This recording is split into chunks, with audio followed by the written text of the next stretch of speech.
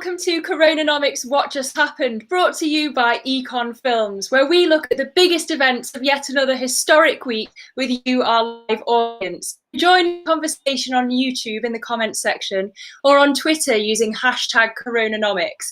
I'm Lizzie Burden, economics reporter at The Telegraph. And I'm Ben Chu, economics editor of The Independent. Well, it's been another busy 7 days of coronavirus-related news. It's been the week of politicians ostentatiously wearing and talking about wearing masks. Here's Sadiq Khan, the London mayor, on the subject. What I find astounding is from Donald Trump to Boris Johnson, they think it's a sign of virility or them being superhuman by not wearing a face mask. And I think it's the opposite. Where's your mask, Sadiq? Anyway, it seems that some of those leaders he mentioned were listening, because here's Donald Trump. And here's Boris Johnson with his mask on. Rishi Sunak, very stylish. I wonder if that mask cost as much as his flask. Michael Gove. Oh, something's gone wrong there. He's not wearing it despite what his government's advice is. And winning the politicians' game of masks this week is the Belgian health minister, who made a mask with an image of her own face and then put it on. Lovely. Who can beat that? Joining us this week to talk about all that and more are James Meadway, who was an advisor to John McDonnell when he was Shadow Chancellor, and Soumaya, Keynes, Globalisation editor at The Economist, who's also a co-host of one of my favourite podcasts, Trade Talks. Welcome to you both. Thanks for having me. Now, we're going to go to our guest moment of the week shortly, but first of all, our regular audience poll on Twitter, and we'll discuss the results of it towards the end of the show. It's all about masks.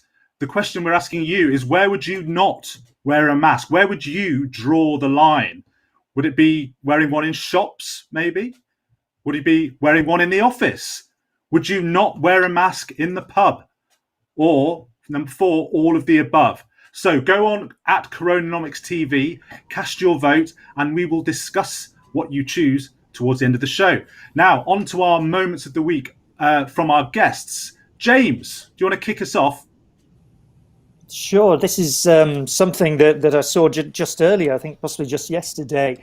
A report from City UK, who, as the name suggests, is the main lobby organisation for Britain's financial services industry, a very big part of the British economy. And they put out a report saying, exactly as it says here, that £35 billion of special loans made out by the government to particularly small businesses to help them out in the sort of coronavirus crisis is not likely to be repaid. These are companies will require additional assistance with those loans, and that if they are simply allowed to fail, they reckon 3 million jobs at risk, which is obviously a huge number on top of the kind of figures we've seen for unemployment already. We'll come on to the OBR projections and some other projections later.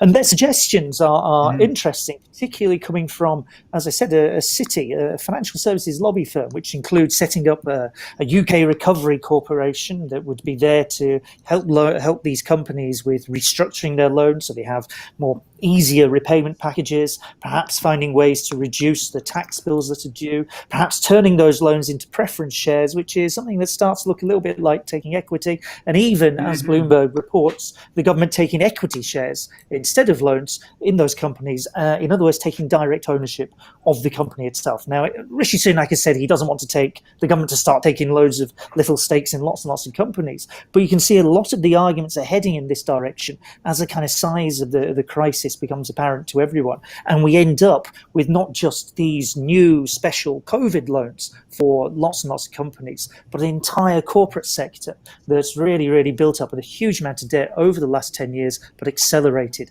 as the crisis has deepened this time round.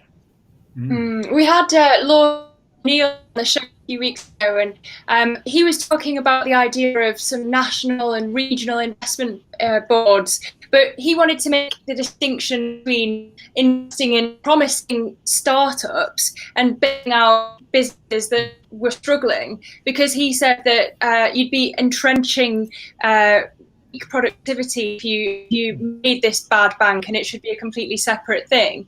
I mean, shouldn't the government draw that line if they're going to be taking equity stakes? The challenge at the minute is like, what is going to be productive in the future is quite a hard question to ask. The fundamental thing with this crisis is that it is a crisis in the real economy. It's not a financial shock like in 2008 and 9. It's a shock to how we work and where we work and even how we relate to each other that's going to take a long time to resolve. And at least some industries are going to have to restructure. Airlines is an obvious one, but that has a knock-on effect on things like steel. One of the smallest steel makers was bailed out by the government last week, Celsius Steel. So because it's a real shock, we don't really know what's going to be productive in the future and what isn't. And because it's such a comprehensive shock, there's this need to sort of at least keep parts of the economy moving. So there's a good case for saying, actually, there needs to be a large bailout. Now, ideally, you want to focus this on the stuff that you think is promising for the future.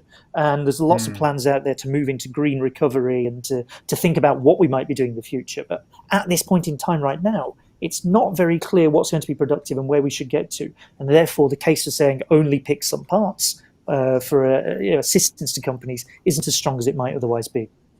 Yeah, well, that's a very good point. But Soumaya, I wonder if I could ask you about the trade, the international trade dimension to this, because this is kind of a red flag, isn't it, to people in that community, because it brings in this question of the level playing field. If there's sort of subsidies left, right and centre, governments taking stakes in companies all over the place, pretty soon you get the objection, well, this is unfair competition. What's your view on that?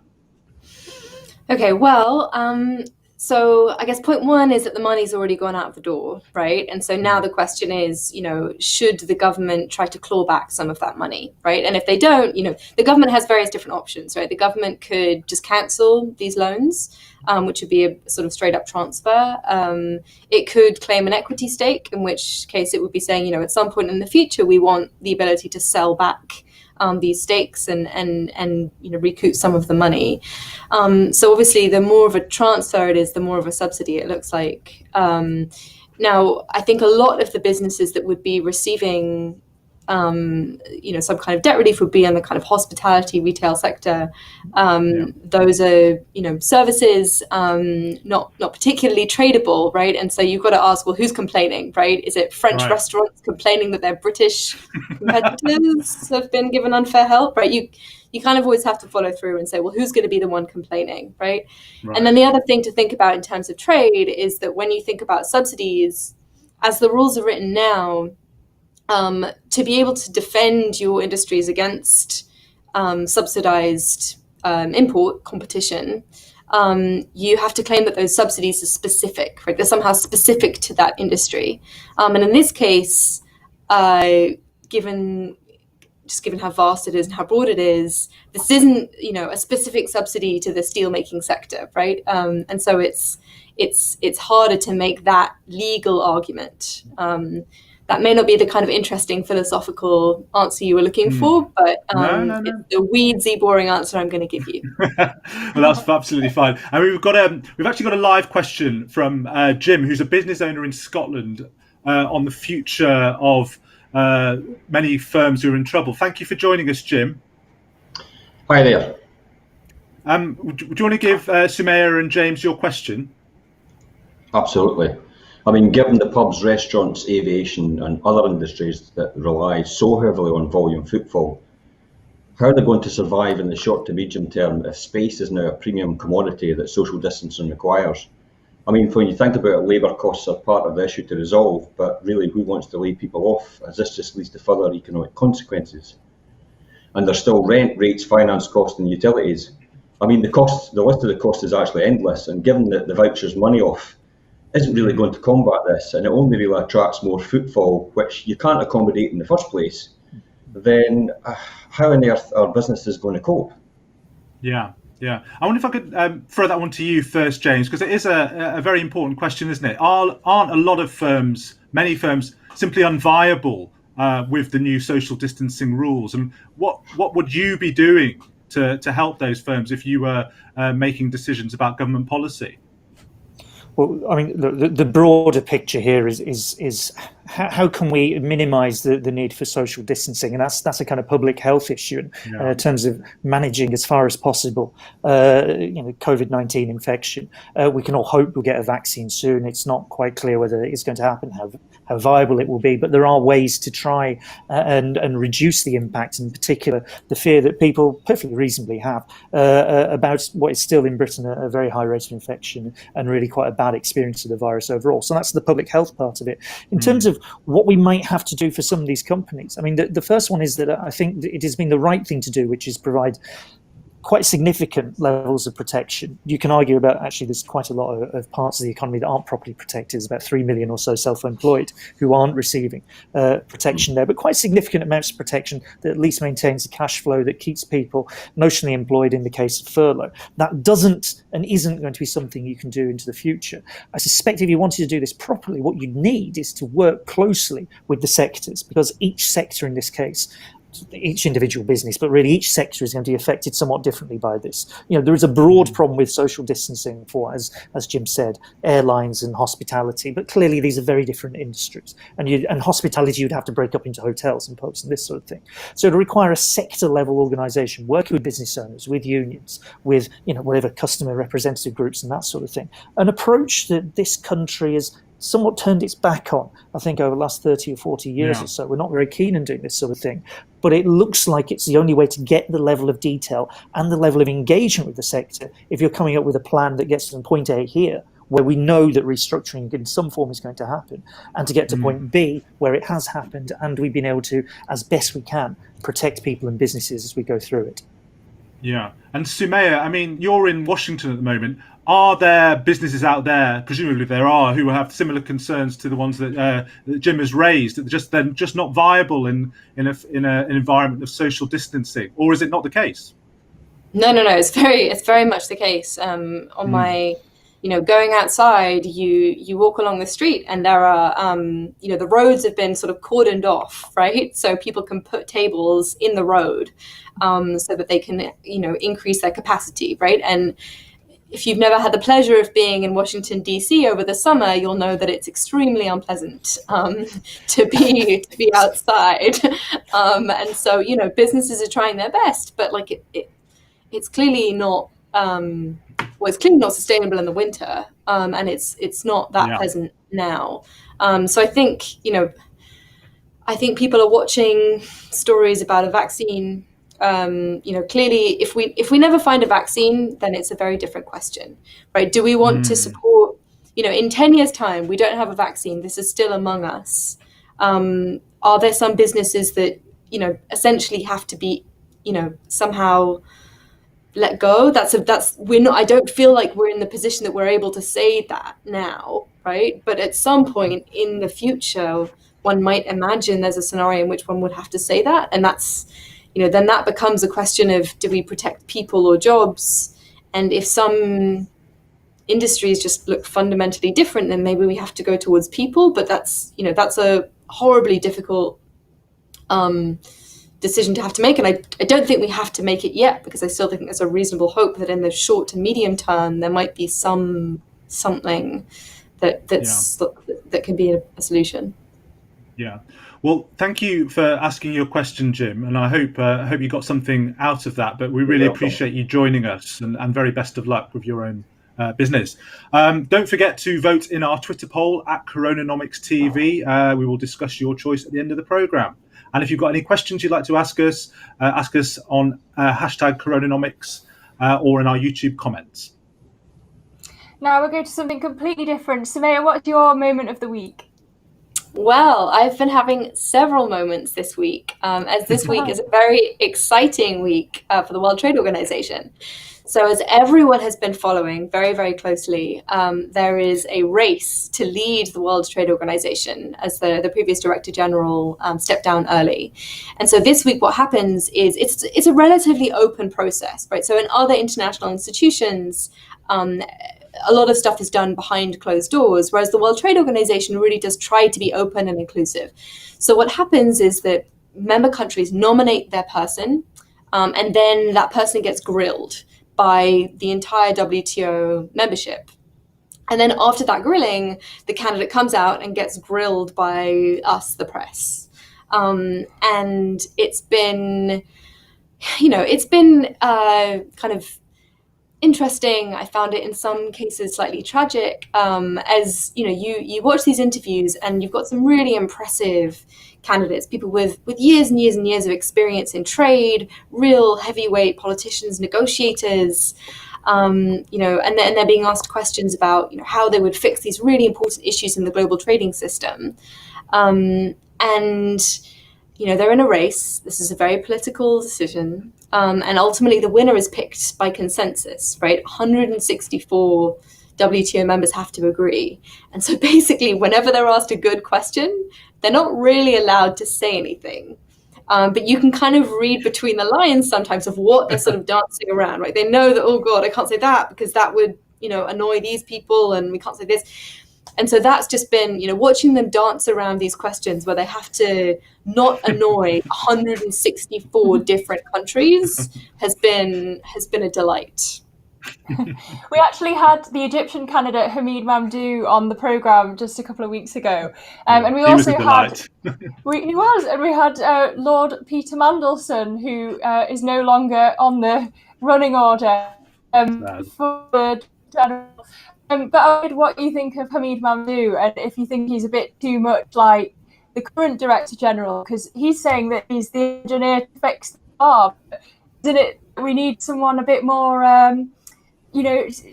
political, with political clout, can break through all that dance that you're talking about, and actually maybe tread on some toes. Yeah. So he's great. He's really well respected. He knows his stuff, right? And, it is useful to know your stuff as you're trying to navigate this really complex and difficult area.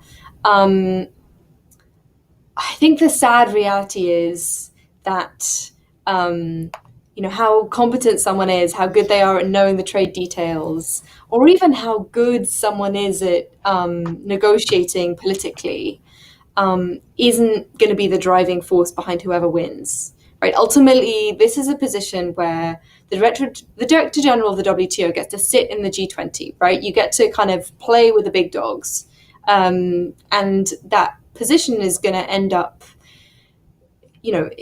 it's going to be very, very political. There's going to be lots of kind of wheeling and dealing at levels more senior than the trade people who are interested in this, right? We like to think this is our thing, right? We know the issues. We know who's going to be the best candidate.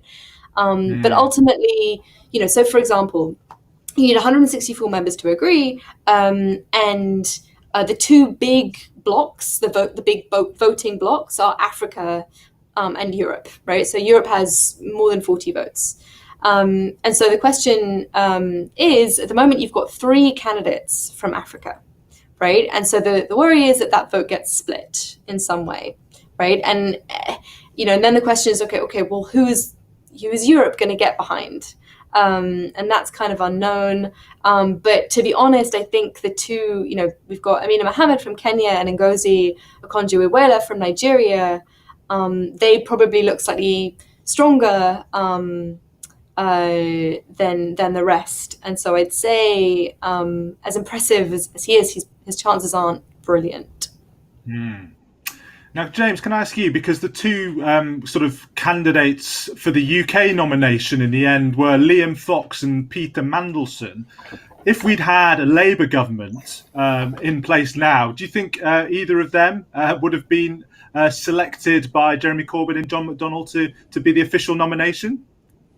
John and Peter always got on perhaps mysteriously well for some people, just on a sort of personal basis. I think they had a kind of respect for each other. So who knows in this somewhat alternate reality how that might have played out. But I think Soumaya's point is very well taken here. That Peter Mandelson has a huge amount of experience as former EU Trade Commissioner, for example. He's someone who'd very clearly be, just in terms of the job, be very, very capable for it. But obviously, it's the politics that kicks in here rather than like some sort of objective standard for the candidates. And I suspect that whoever Britain chooses, that isn't necessarily going to be whoever ends up running the World Trade Organization.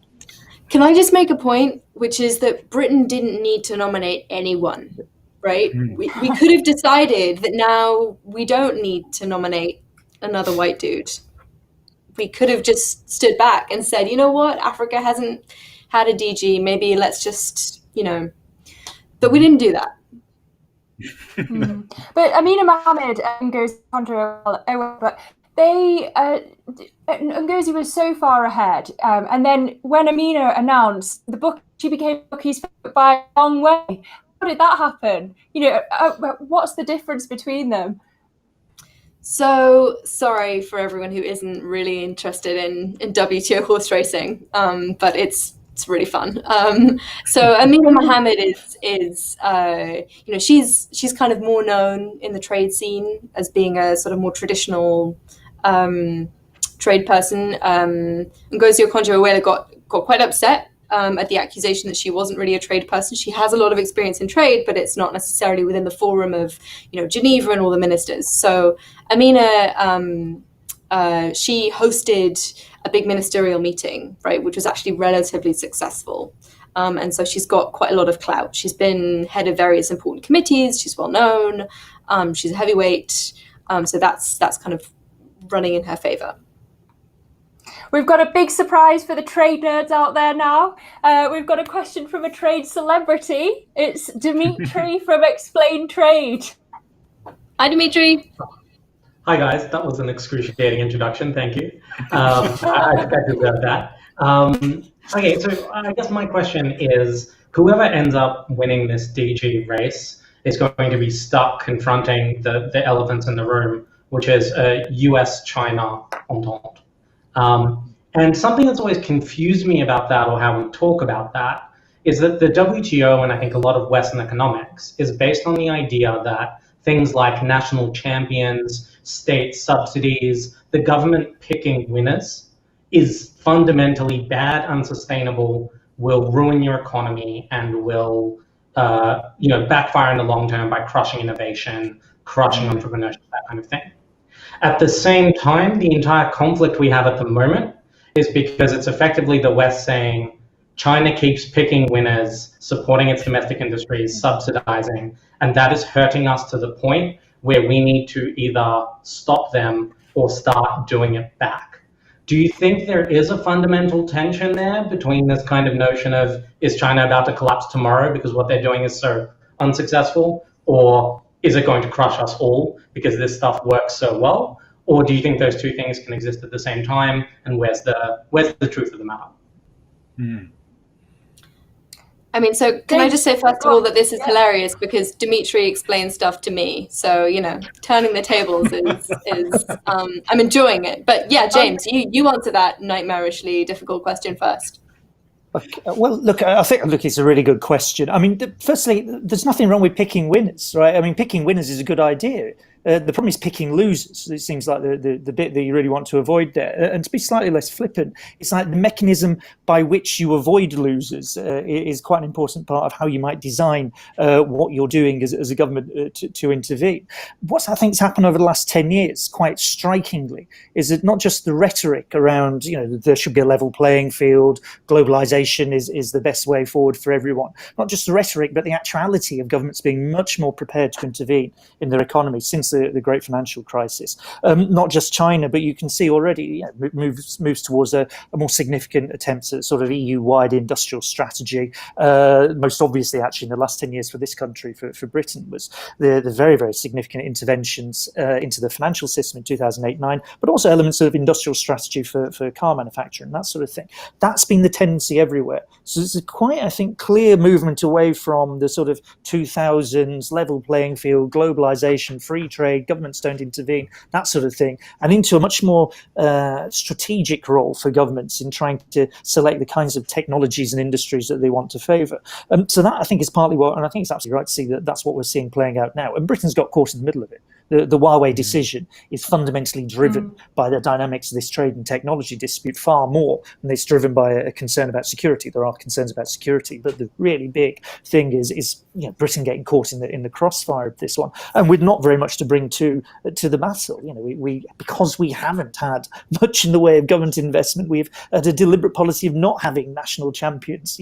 A major British tech company was sold off quite happily, Arm Holdings, back in 2016. This is something that governments have deliberately avoided, and you can easily argue that it's left us rather exposed to when the rest of the world is behaving like this. You need to start behaving like this, and if you don't, you start to lose out. You happy with that, Dimitri? I don't think there's a lot to be happy with there, but it's certainly a great answer. Soumaya, so can I? should the government win it?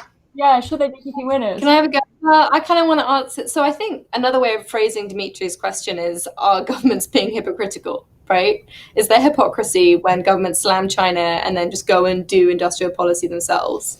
And, you can see historically some of the problems in the discussions that the governments have had in, how to design rules about curbing subsidies, right? So clearly governments around the world have not managed to write a set of rules that they think could, curb China's rise.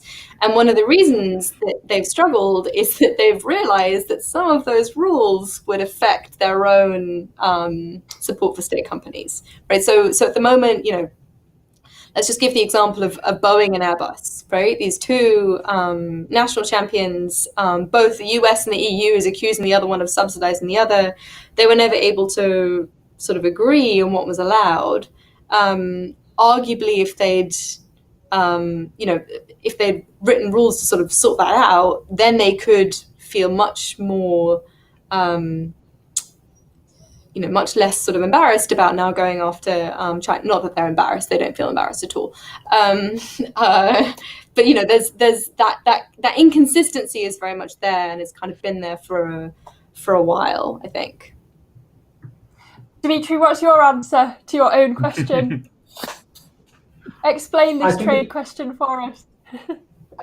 Well, I would say I think it's reasonable of Western governments who see massive, massive state investment by China in its economy in ways that genuinely do change the market abroad, to say, listen, we don't think this is a strategy that works in the very, very long term.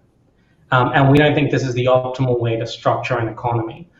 But this is doing so much damage in the short term to us now that we can't simply wait around and wait for the natural gravity of free market economics to teach a moral lesson to the Chinese Communist Party. We need to take measures now, because it won't help us if 15 years from now the Chinese steel sector finally collapses under the weight of its own state-subsidized inefficiency, if all of our factories close because real people are hurting.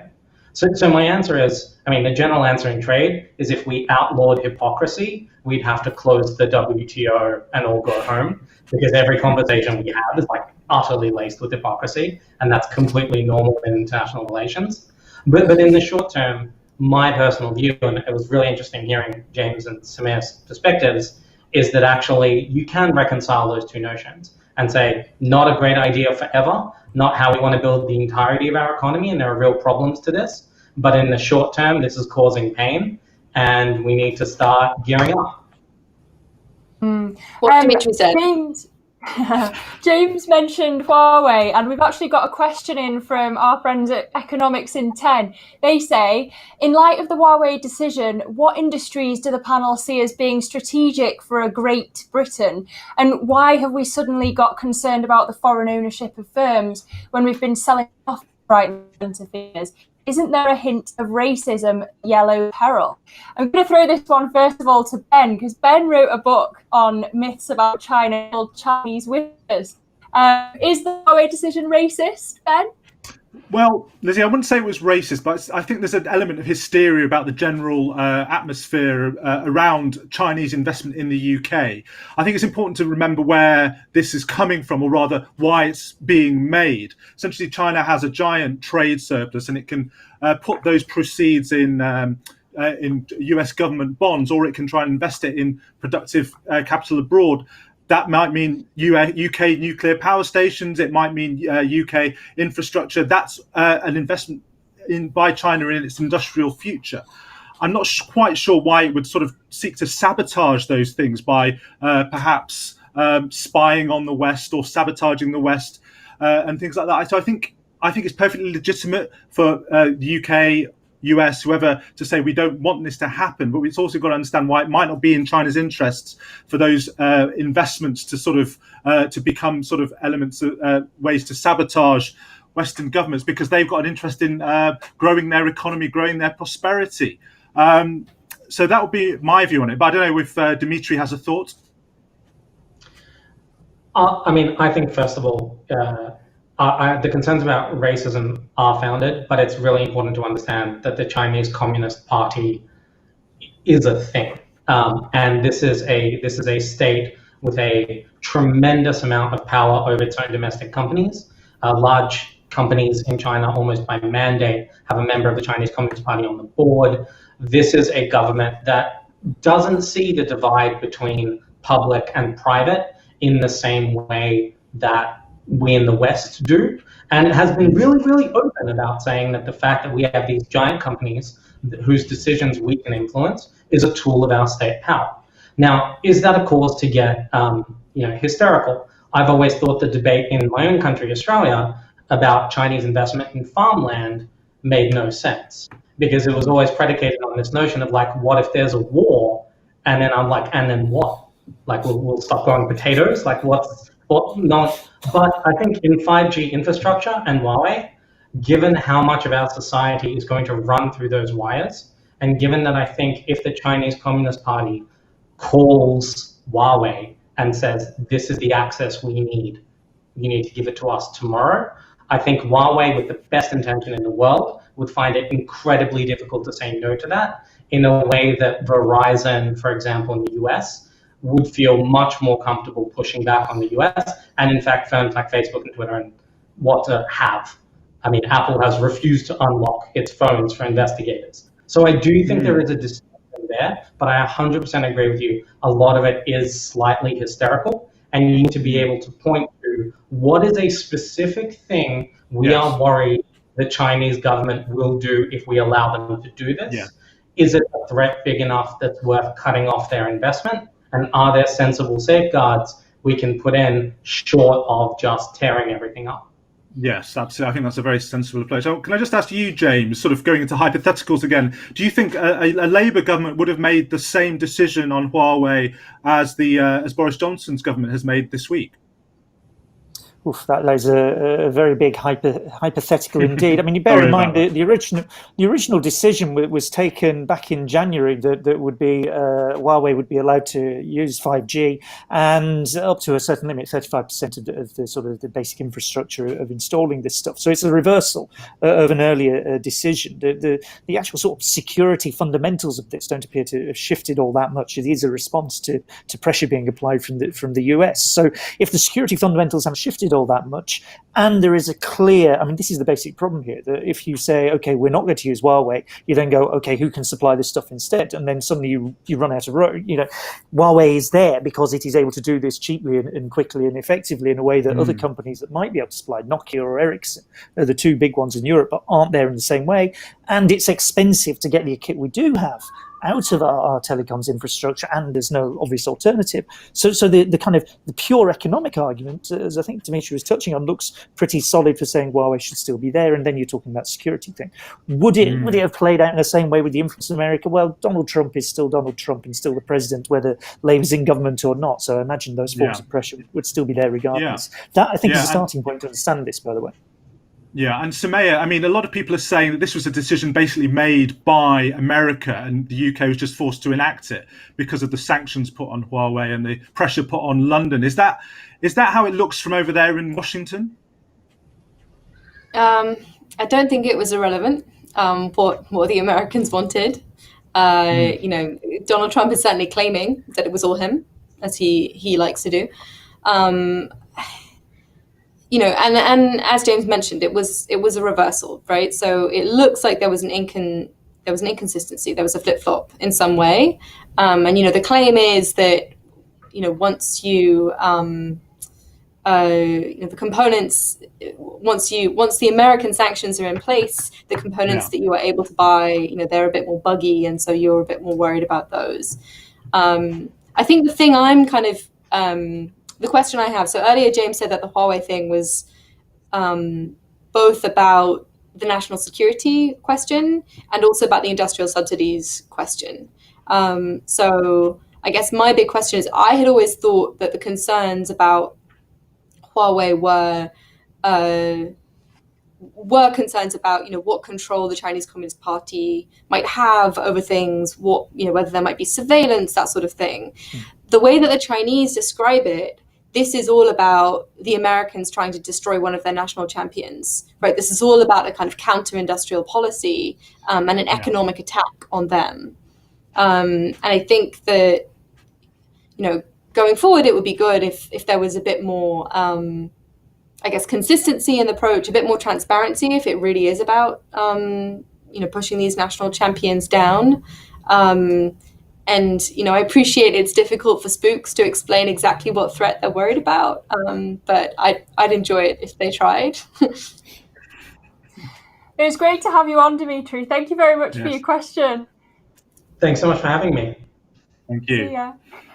And if you're watching, don't forget you've still got time to vote in our poll. And if you've got a question, you can ask away on YouTube in the comments section or on Twitter using hashtag CoronaNomics.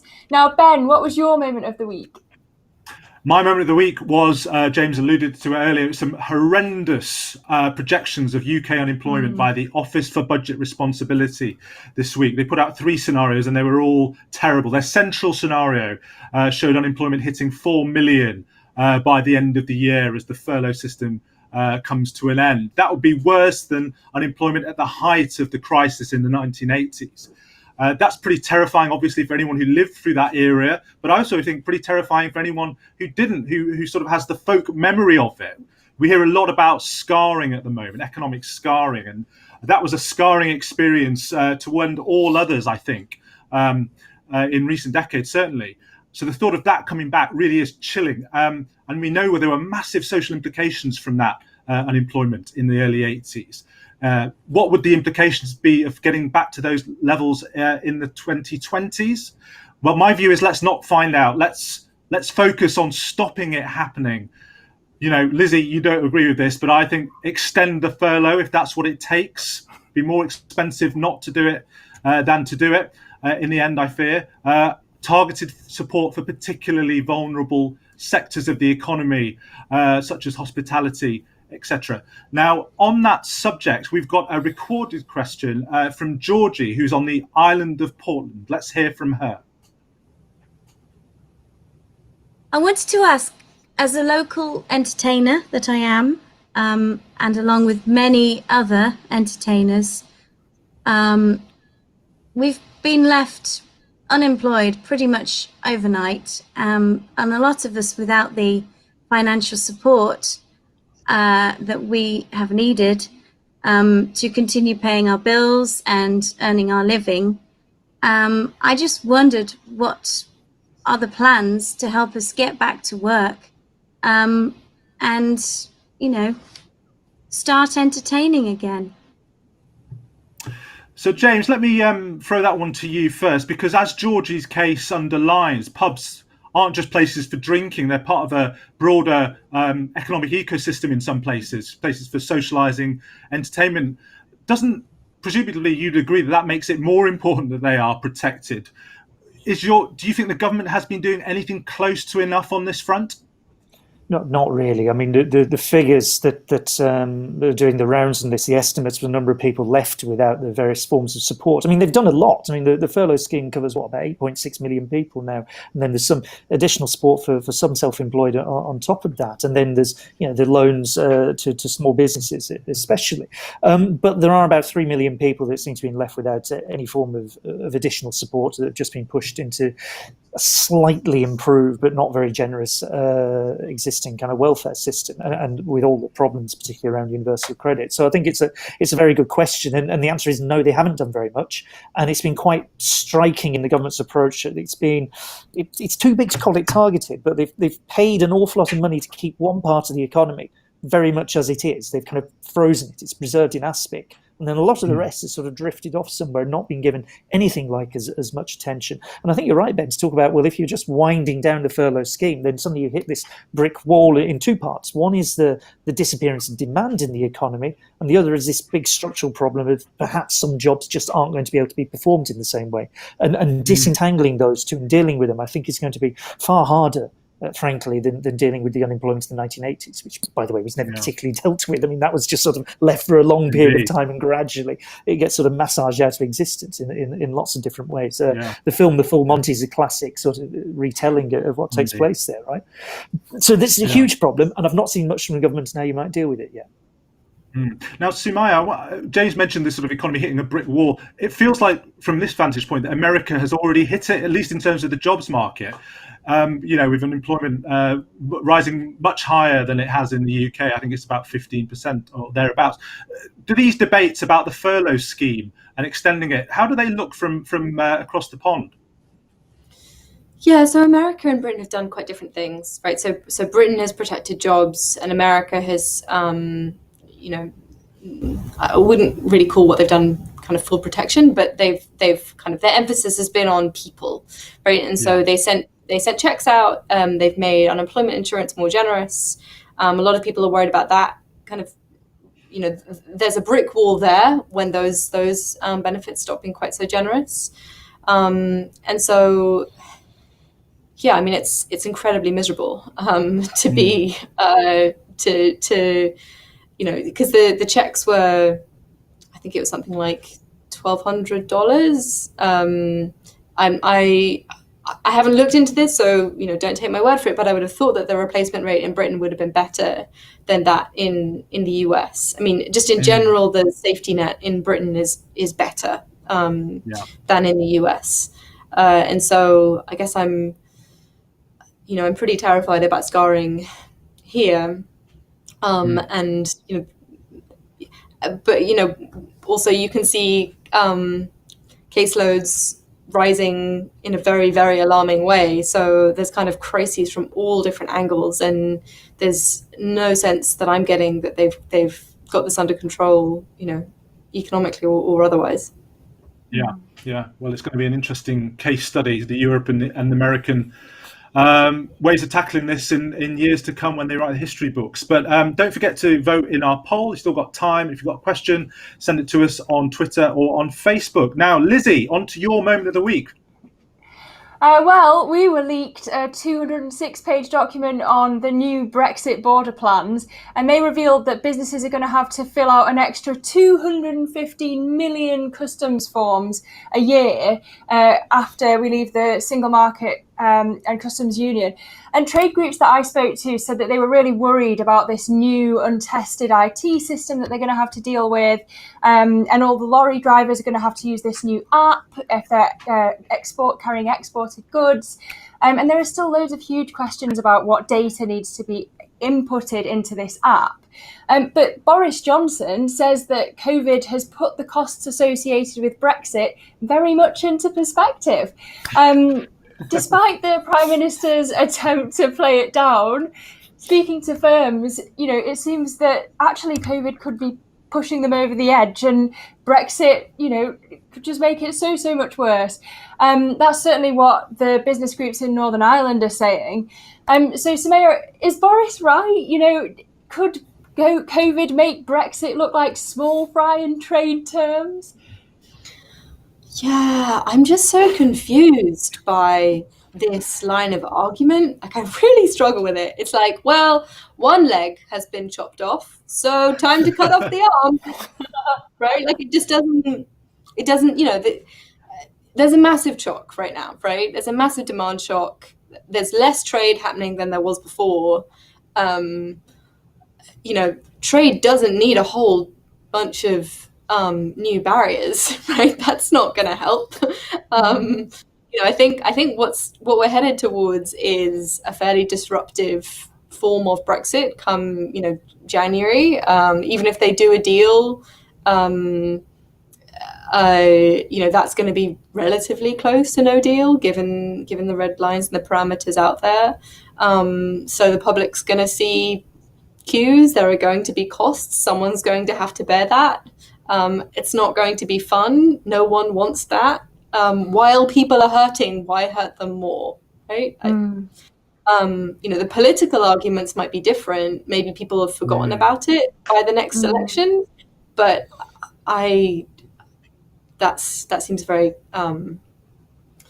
cavalier way to treat the economic circumstances of people.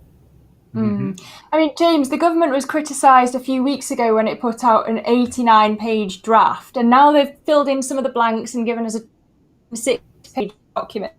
And obviously preparations have been held up because of COVID. So, aren't they actually doing all right, you say?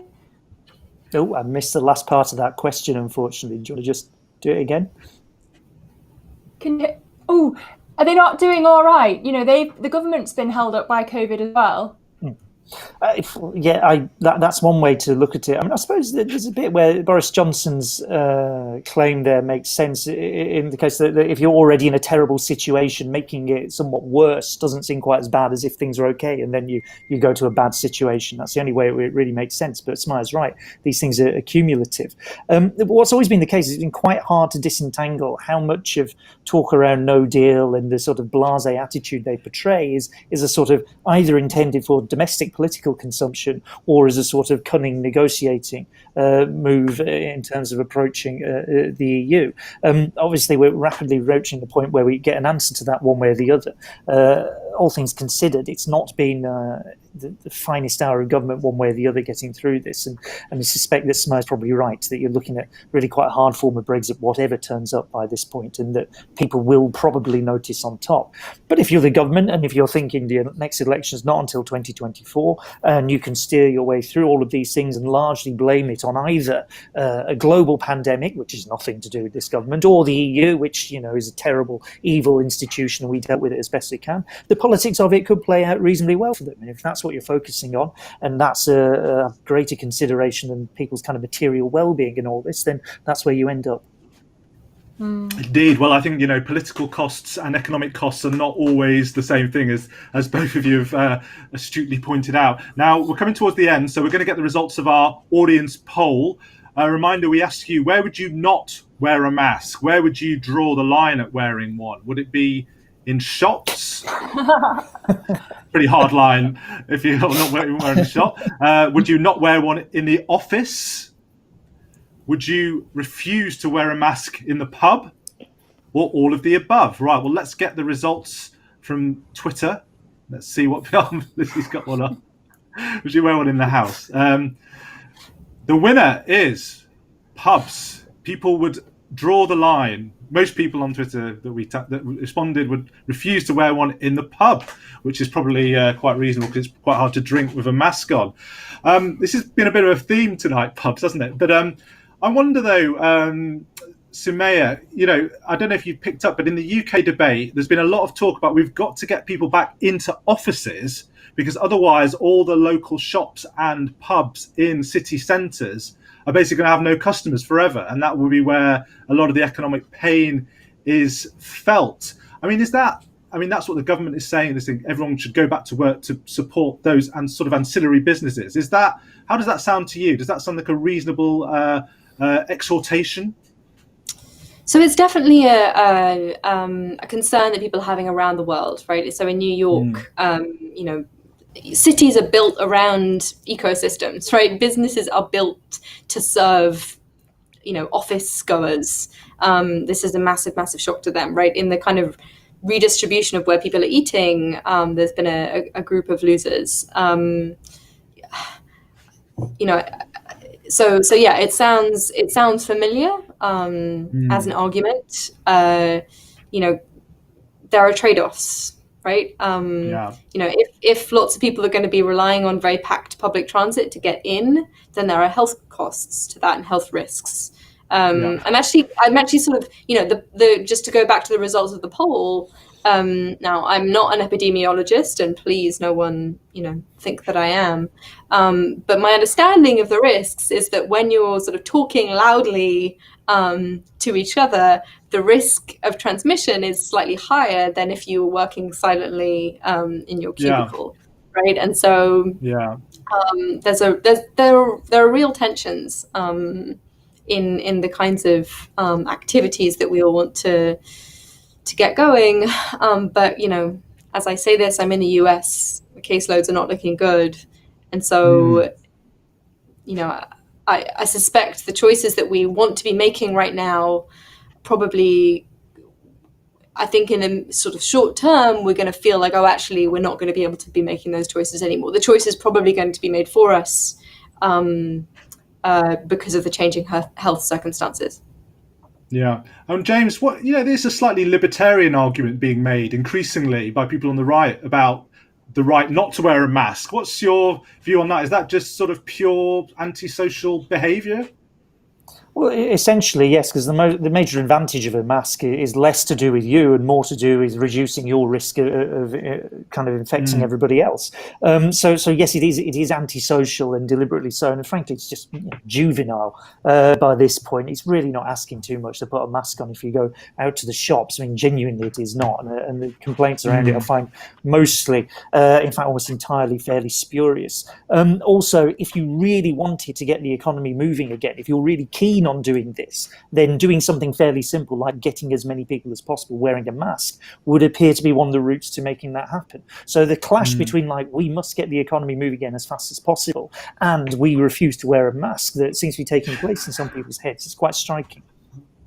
Indeed. Well, hypocrisy, that's been another model thinking, and hypocrisy has been another theme that we've come back to again and again throughout the programme. We're going to end it there. That was a really stimulating discussion, wide-ranging as always. Thanks so much to James and Soumaya for joining us, and also for you for watching at home. Keep sending in your questions. We very much welcome suggestions about areas we might cover as well. And don't forget to catch our latest episode. It's on deglobalisation with another trade legend, Danny Roderick, the Harvard economist, and former World Bank chief economist Penny Goldberg. And that's available on our YouTube channel. And don't forget to follow us on Twitter at CoronaNomics TV for all our latest updates. And as this is now traditional on CoronaNomics, on our live show, our outro is going to be played by a former guest, Lord Stuart Wood. Take it away, Lord Wood.